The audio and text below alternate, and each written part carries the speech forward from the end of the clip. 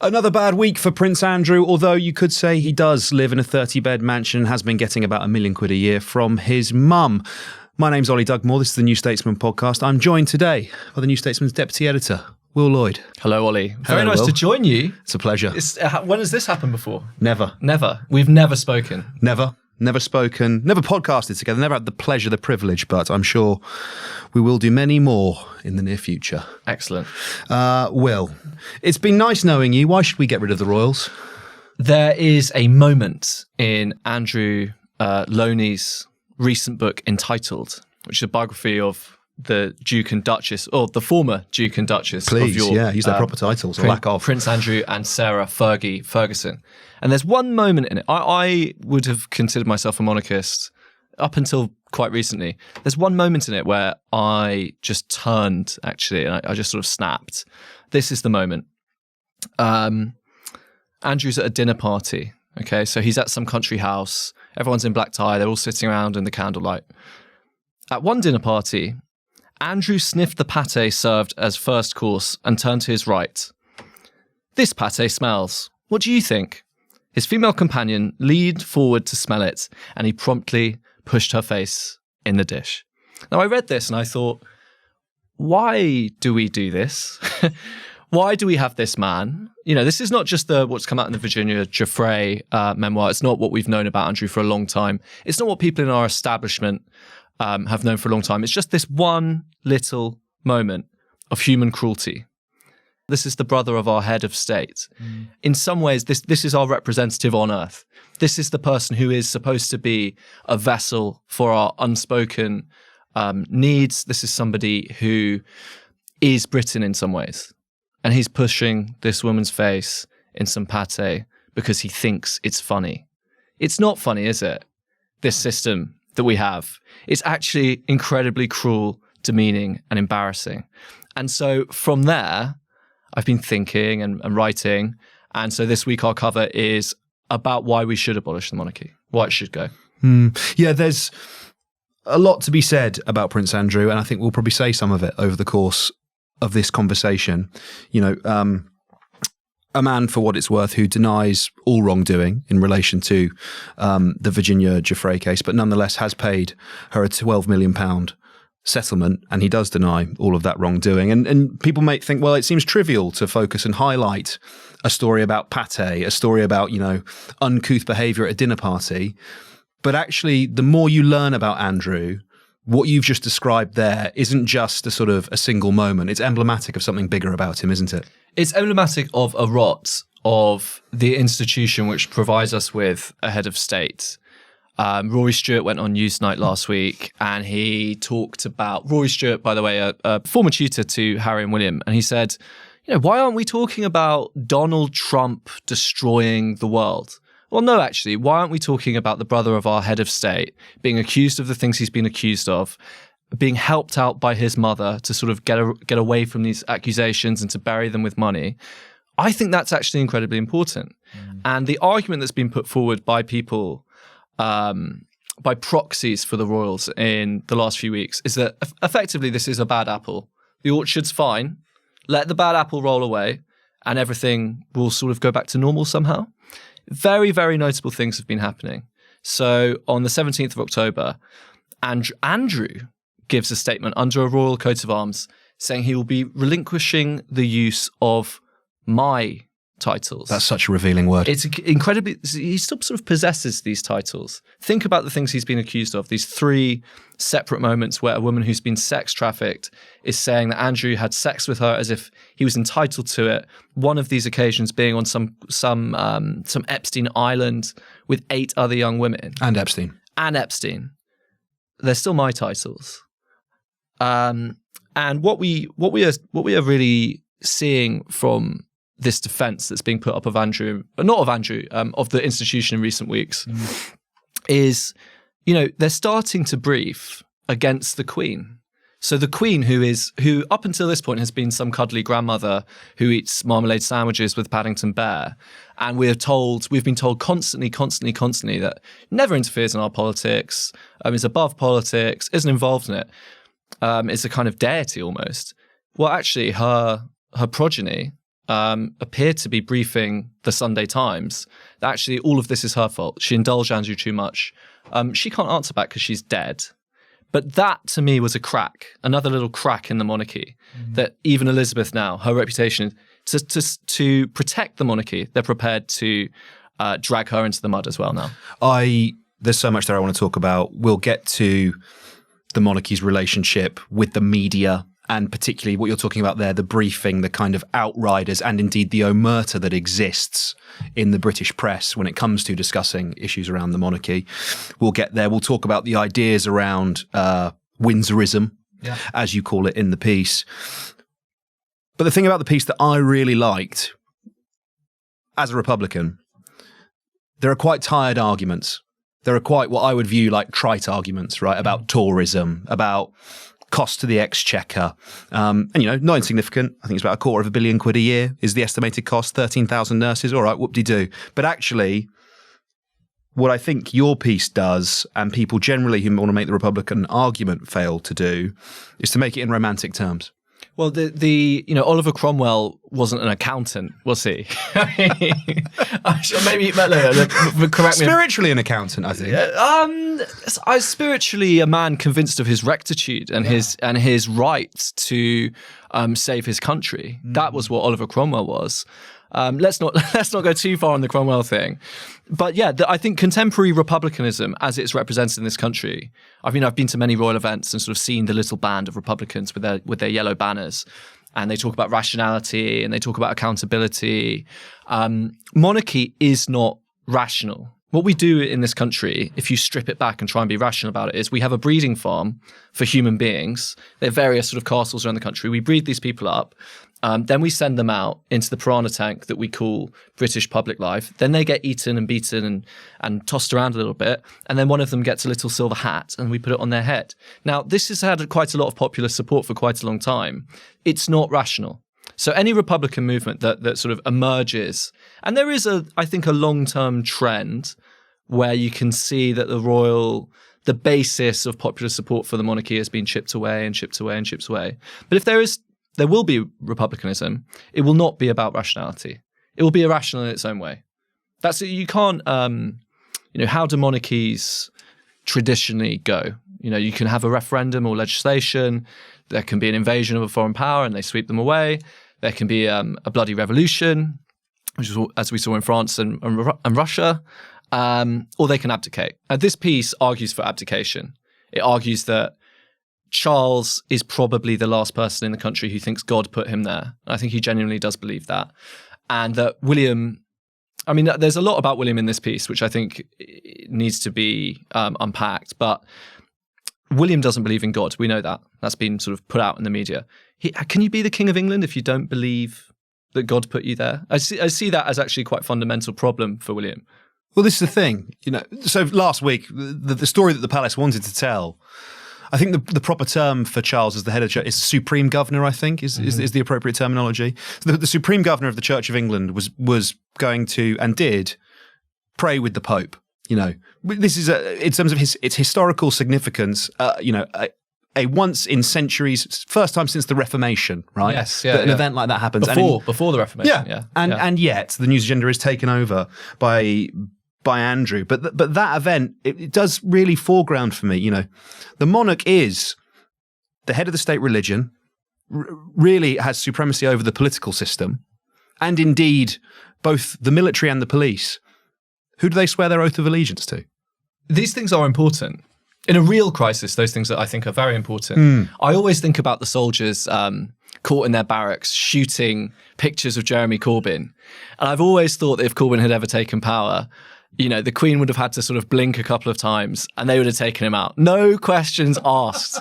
And I know that sounds almost frivolous, but you have to remember, the Privy Council, this sort of body that that sort of stamps legislation for the monarch.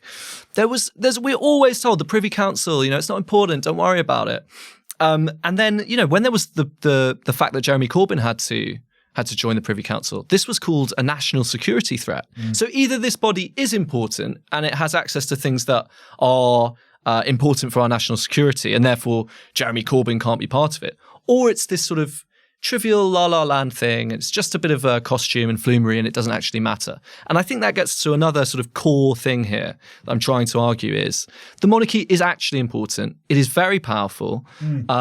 If it has protected itself above the national interest for decades, then we need to start asking questions about whether it can be reformed or whether it should be abolished. Has it protected itself over the national interest in recent decades? I could give you many examples, but I have a favoured example. Please.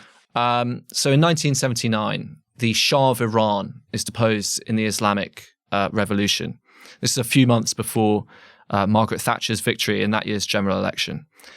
The Queen Elizabeth II, she likes the Shah, and the Shah is looking for a new home, a new place, a safe house to ride out the rest of his life in. And the Queen thinks that we should offer this to the Shah. Britain should offer this. And Margaret Thatcher agrees with her. And then she wins the election. Thatcher goes into number 10, and the Foreign Office says, you cannot give the Shah refuge, because if you do so, the British staff, the embassy staff in Tehran, and presumably some British assets in Iran, their lives will be threatened by this. The new Iranian regime will wreak vengeance upon us for taking in the Shah. And so Thatcher changes her mind, and the Shah ends up, I believe, in the United States of America. The Queen, this is recorded. The Queen then is very, very angry. She has a different interest to our country. Her interest is, he's a royal, I'm a royal, we look after him. Our interest is, we don't want our civil servants to be killed or taken hostage. The Queen, I think the hardest interpretation you could give of this is that the Queen doesn't actually care. And so Thatcher and the Queen then have an incredibly difficult relationship for the next 12 years, for Thatcher's time in office. They're constantly at loggerheads. There's front page stories in the Sunday Times. There's clashes over the Commonwealth. And if you go into this, you can see that the Queen has her own interests. She is not a cuddly grandmother. She wants things, and she is prepared to take on elected governments with popular mandates from us to subvert these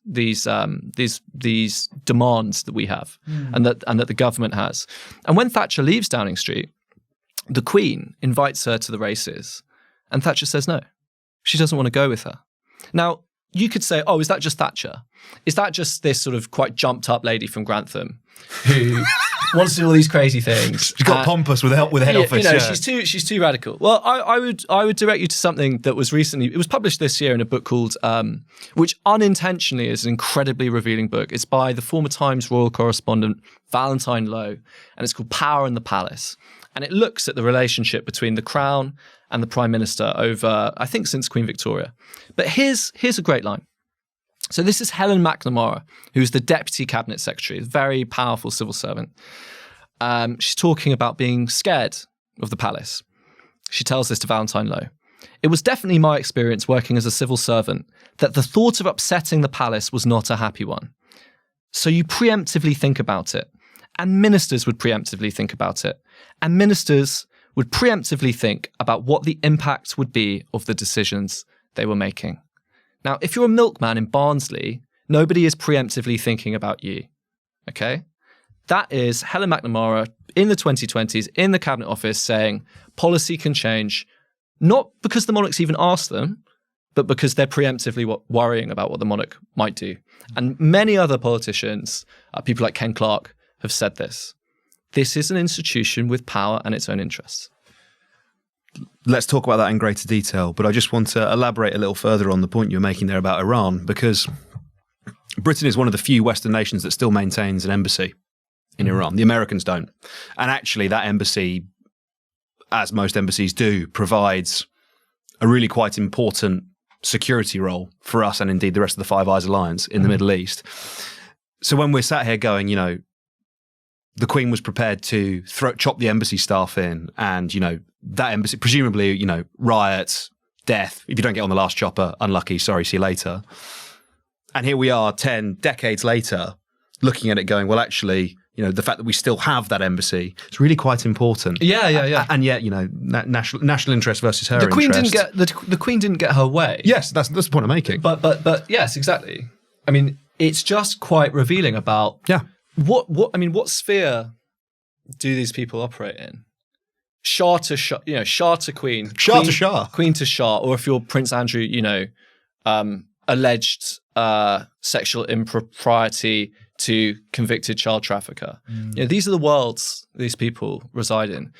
The idea that they kind of, I think one of the funny ideas about our monarchy is that they sort of care what we think, or they care about us, or they kind of have this like fatherly or grandfatherly kind of Paternal. The paternalism of monarchy. I don't think that's true. I've been to the homes that King Charles owns in Romania.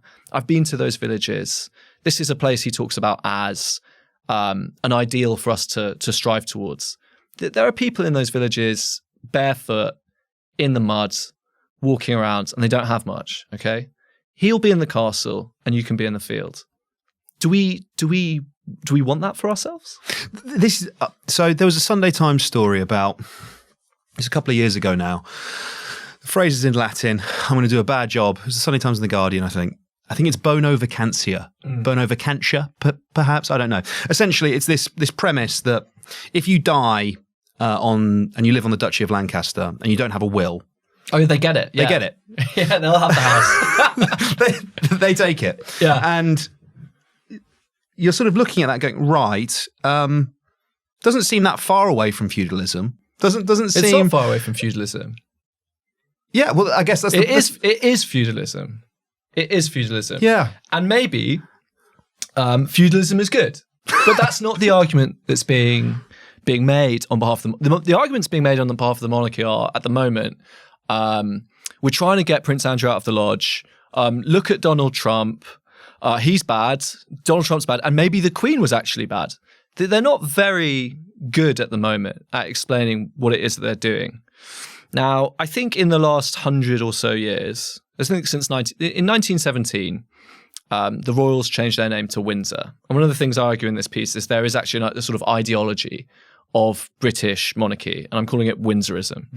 Windsorism argues a few different things, okay? So Windsorism will argue over the next, from 1917 onwards, that the royal family provides continuity and stability. The royal family provides glamour and pageantry. The royal family does not interfere in politics, but it lends a nice tone to it. The royal family is preferable to presidential government. And the royal family is the sort of somehow guarantees or locks in our national identity. Now, if you go through these arguments, what stability would be? Right now, I'd say what stability? Shortly after October the 7th, King Charles III goes to Mansion House in London, and he makes a sort of classic Windsorist speech. He talks about the need for tolerance and civility, and he talks about the good things the country does. But it's quite implicitly a speech about the different communities in this country who are heading towards loggerheads about what's just happened in Gaza and in Israel. Now, did anybody listen to that speech? Did it provide stability? And I say this, I don't have any glee in saying this, but actually a rich old guy with a medal on his chest will not guarantee stability in this country in the 2020s and going forward after that. That is a myth, and it's gone. The continuity with the past, I think, is only if you see Britain's past as a story of quite inbred aristocrats in their big houses. I think there's other things in our past which provide continuity. Glamour and pageantry. Is Andrew glamorous? Do we see that as glamorous? Do we see the fact that the Queen's grandson, who was previously one of the most popular people in the country, is now a failed podcaster in Los Angeles? Do we see that as glamorous? I do not think we do. Does the royal family interfere in politics? Yes, it does. Whoa. But will. Royal assent is but a mere rubber stamping of legislation. Yeah, until it's not. I mean, our constitution is one of the great. It's like a sort of profound public mystery. It's like semicolons. No one understands what the hell this thing is.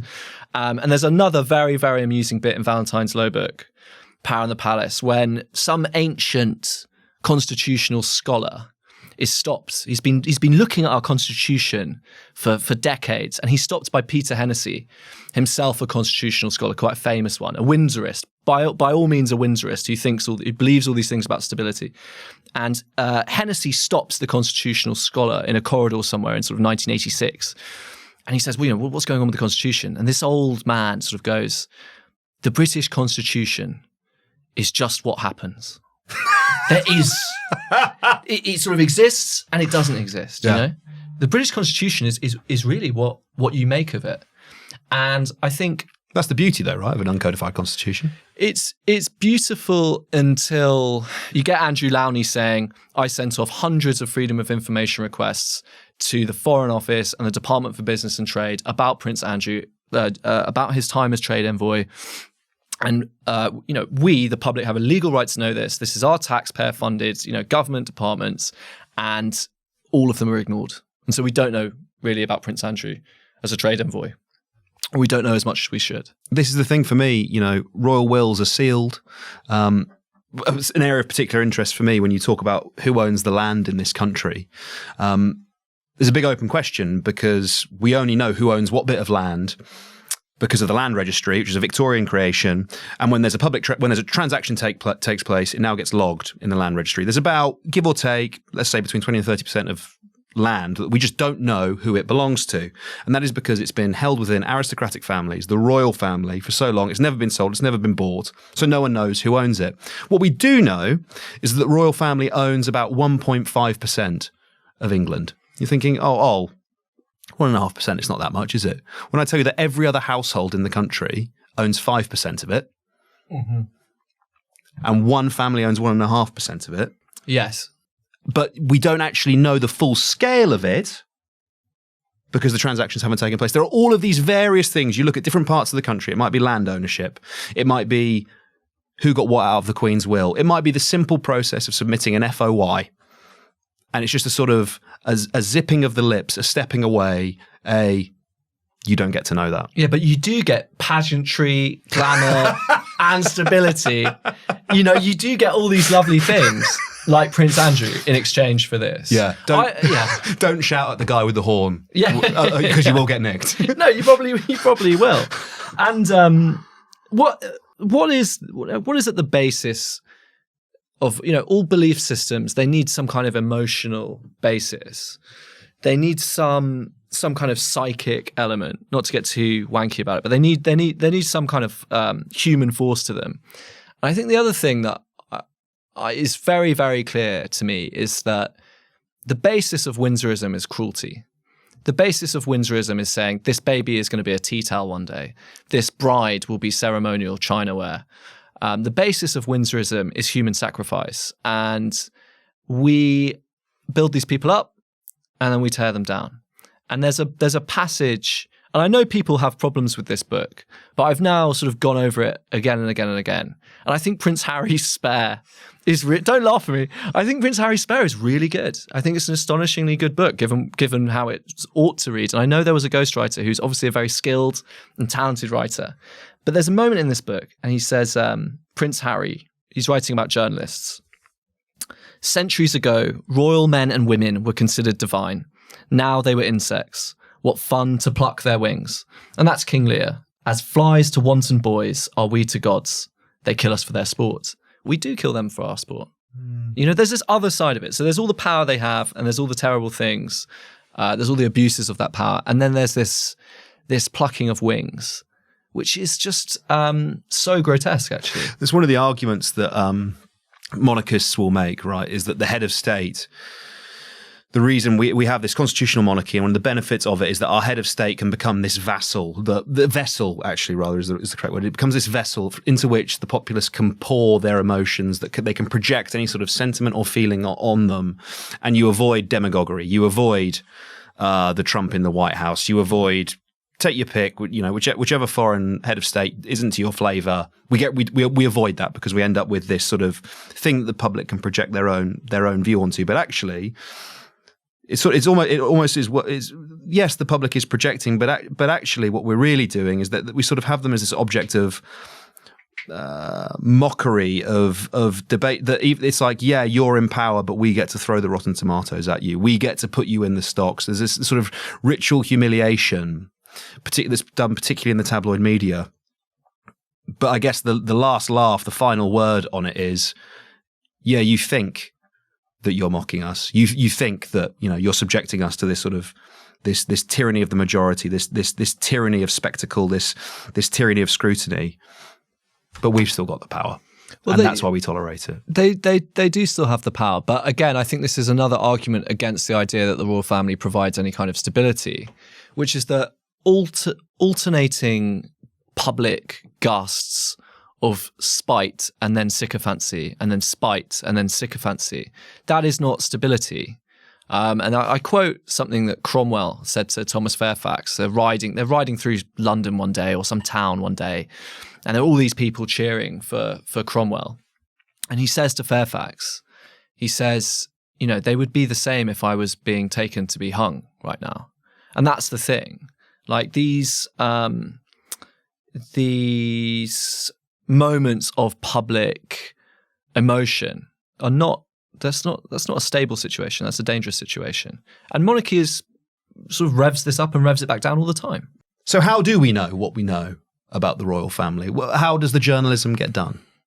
I think you could see the Windsors as running quite a threadbare entertainment studio in which all of the principal actors, all of the Windsors are kind of acting against each other. And this studio kind of pumps out newspaper articles, film clips, Instagram reels, and so on. And there is a lot. I mean, I'll probably get in trouble for saying this, but there's a lot of stenography. There's a lot of stuff that isn't out of place with the poetry written under the Shah in Iran. There's a lot of stuff put out which isn't really that different from what you'd get in North Korean state television or Thai state television. You know, they have a very powerful monarchy as well. I quote in the piece quite extensively from an interview that Geordie Greig did with Prince Andrew for his 40th birthday in Tatler. So this is June 2000. Now, I've had conversations with people about Andrew, and I think all of the things we know now about Andrew, you know, his stupidity, his cruelty, the kind of general vileness of this man, these were quite well known, let's say, by June 2000. But this is what Tatler decided to print. So Andrew's just turned 40. He was fitter and slimmer than he used to be, dressed down in a black turtleneck and chinos, more Pierce Brosnan than Nick Faldo. Nothing like the box-suited, blonde-dating, cat-humoured oaf of tabloid law. He was running a fundraising campaign for the NSPCC against child abuse like a military operation. But he was also spotted with Ghislaine Maxwell in the front row at Ralph Lauren show in New York. Greg notes that Prince Andrew was strong-minded, unconventional, articulate, forceful, and wholly connected to Blair's modern Britain. But he also found time, Oli, between fashion shows, to be the model of a family man. And so this is a wonderful 12-page Tatler, Society Bible Tatler. No offense to Tatler, it does its job very well. I think it's a great magazine. But you're not going there for the truth about some of the most powerful people in the country, are you? Mm. You're not going to find it there. You're going to find stenography. Mm. And Geordie Greig is a very reasonable man. He's a very good journalist. But again, this is something that happens in our history all the time. Someone goes to meet a representative of the crown and their brain slides out of their ear onto the floor and they just stop thinking, or their eyes stop working and they go blind. And the crown's power just completely wipes them out. Mm.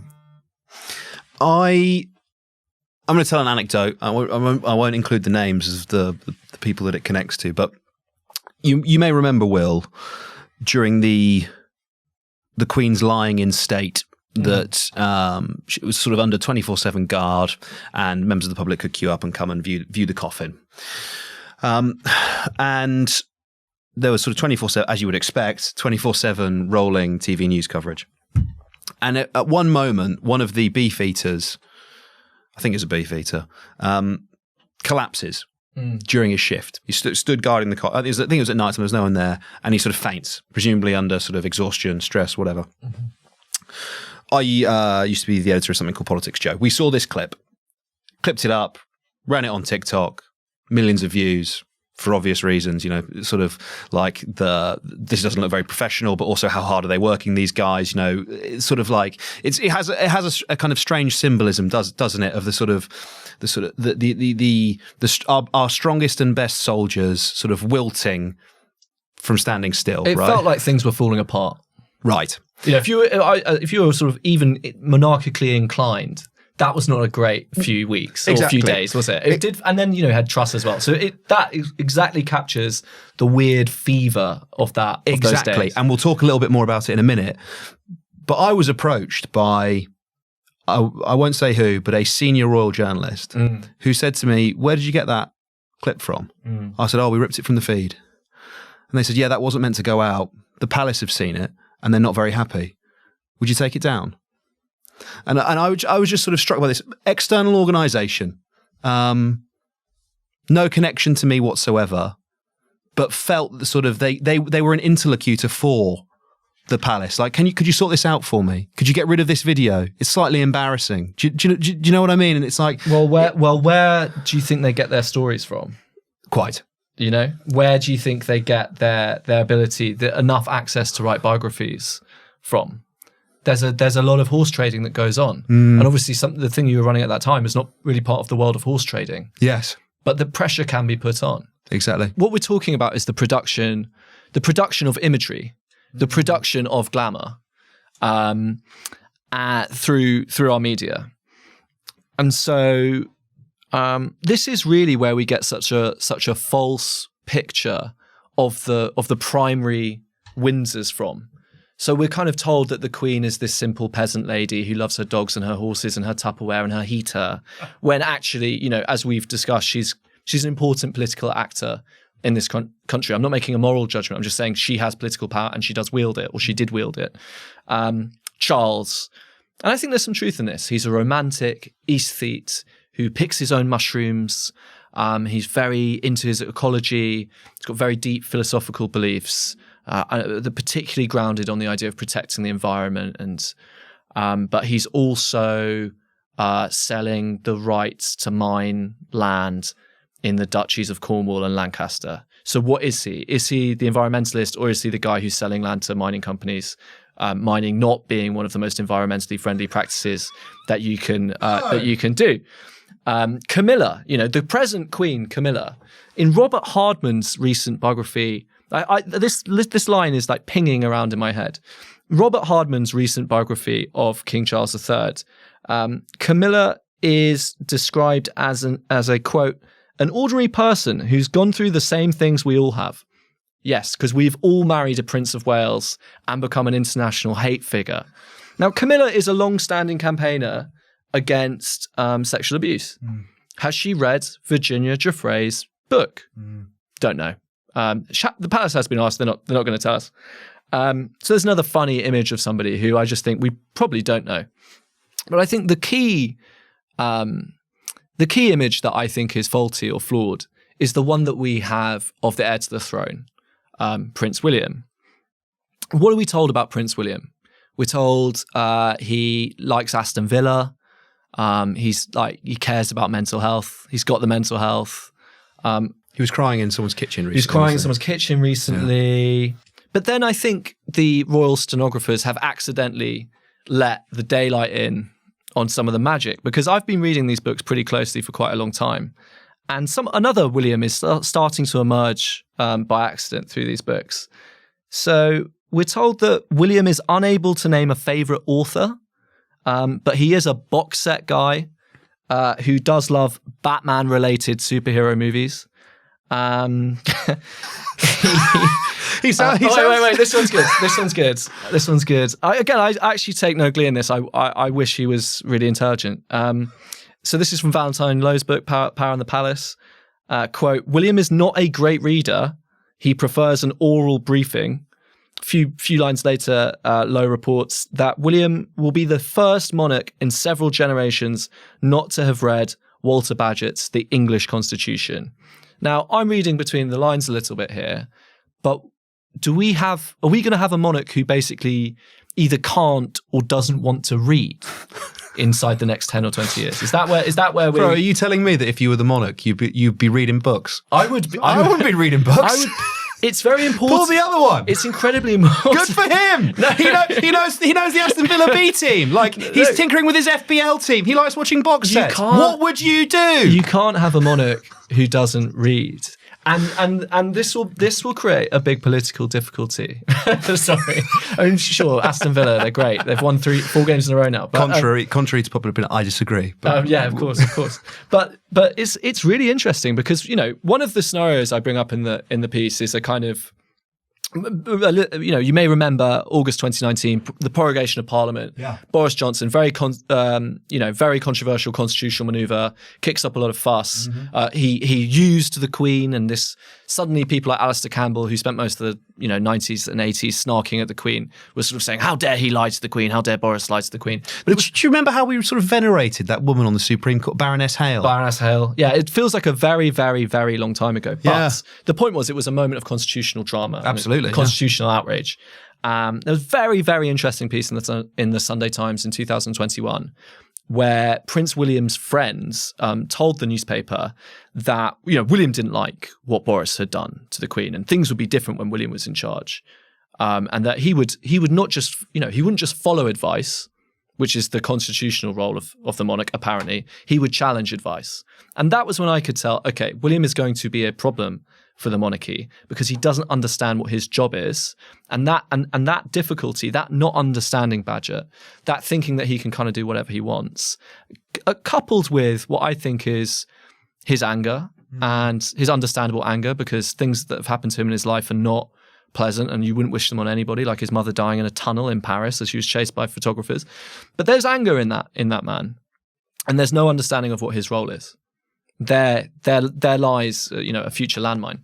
Well, that is the sort of the dual journeys of him and his brother, right? Because Harry, freed of the weight of the crown, sort of bearing down on him, knowing that it is in his future. He is able to rage quit. He is able to go to the West Coast and start a failing podcast business. One of the great pleasures of sort of middle-aged white British blokes. Good for you. Go for it, man. He represents the typical British man, doesn't he? Yeah, exactly. A typical millennial British man. Yeah. In a way that sort of the press writes about Camilla, he actually kind of has done it. By the way, I think he's the most normal one. Do you? And I think that book. I think he's all right. I think he's again.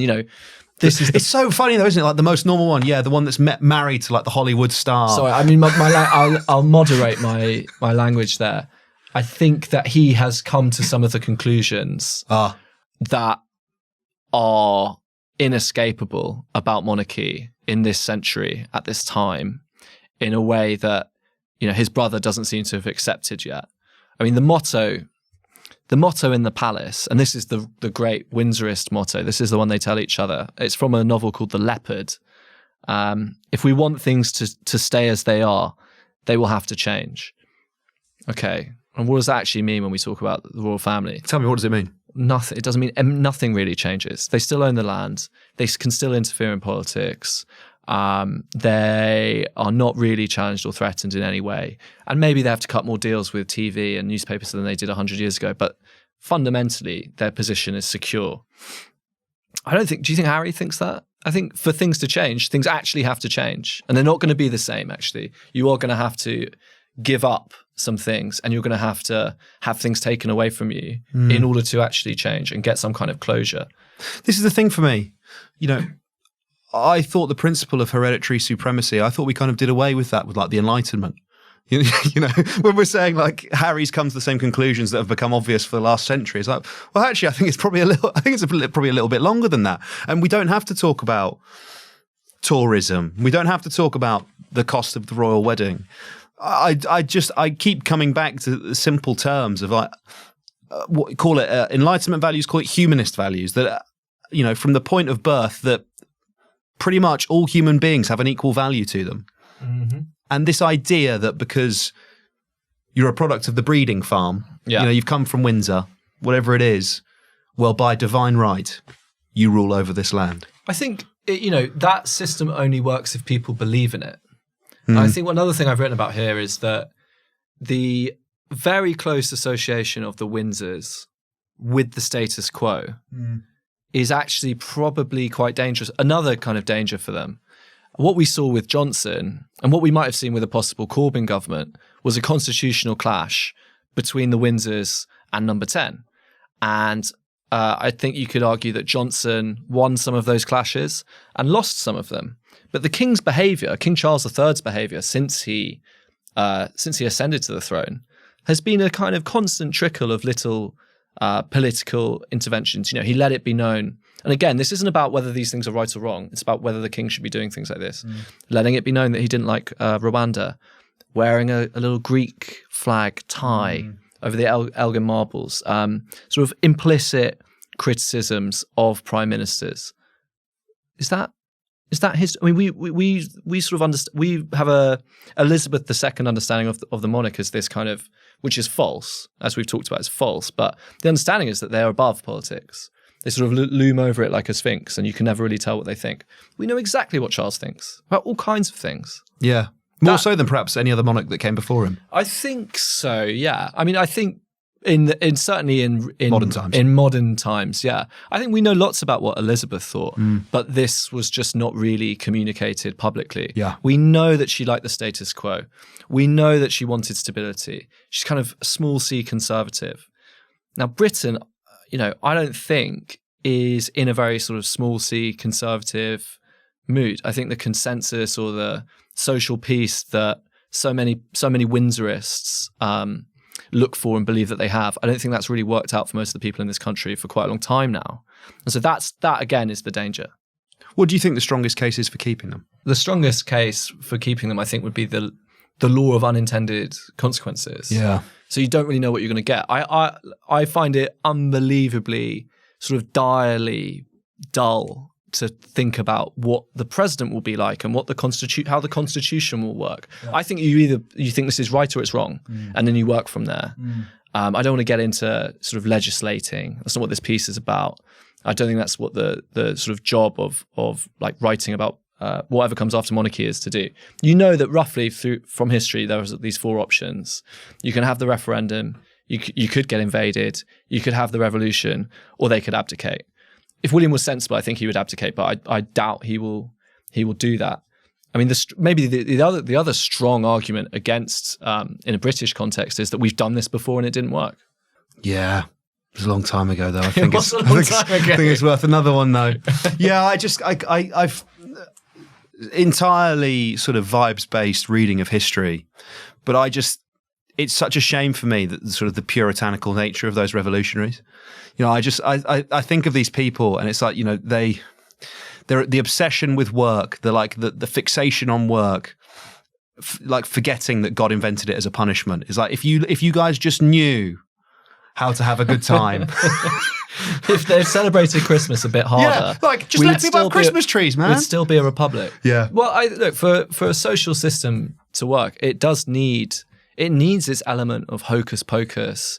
It needs its element of magic and trickery and human sacrifice and these quite deep voodoo-y things that make societies actually function.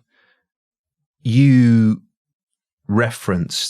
alluded to the Bagehot quote in one of your answers earlier, but I think it's relevant here, and maybe it's where we might leave the conversation. Writing in 1867, he says, "Above all things, our royalty is to be reverenced. And if you begin to poke about it, you cannot reverence it. When there is a select committee on the Queen, the charm of royalty will be gone. Its mystery is its life. We must not let in daylight upon magic." I think it's fair to say that there's a lot of daylight and not much magic at the moment. Yeah. And the more people see, the less they're going to like it.